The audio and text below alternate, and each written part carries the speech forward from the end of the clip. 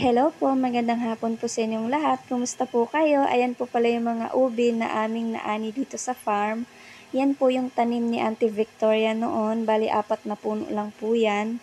At totoo po talaga yung sinasabi nila na kapag may itinanim, may aanihin. Ayan, meron na kaming naani na mga ubi at kami po ay gagawa ng ubi halaya o di kaya yung ginawa ko noon na nilagyan ko lang siya ng condense tsaka evap. Ayun, pwede na. Masarap po yan. Alam niyo po, palatandaan daw po ng ubi na pwede na siyang anihin yung mamamatay na raw yung kanyang dahon at saka yung kanyang tangkay.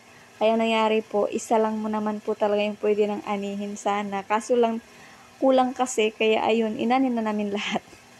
At alam niyo po, meron pong 2 klase pala ng ubi. Alam niyo po ba yun, yung ubi sa baging? Ayan, nakatikim na po ba kayo nun? Kasi alam niyo po, ako nakatikim na ako nun. At meron po kasing ubi sa baging yung aking biyanan. At ang dami niyang bunga. Nanghinayang ako kasi ayaw nilang lutuin yun kasi mapait nga daw yung kanyang laman. Si ako naman na talagang curious kung ano yung lasa niya kasi nun lang po ako nakakakita ng ubi sa baging. Kasi ang alam ko lang po yung nasa ilalim ng lupa.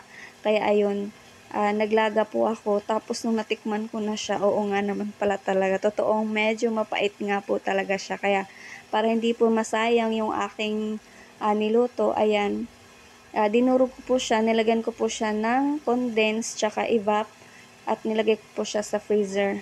Ang sarap pala, para siyang ice cream. Ayan, subukan niyo po yan at talagang hindi kayo magsisisi. Masarap po siya. Para po sa akin, mas masarap po talaga yung ubi sa lupa. Thank you for watching. Bye!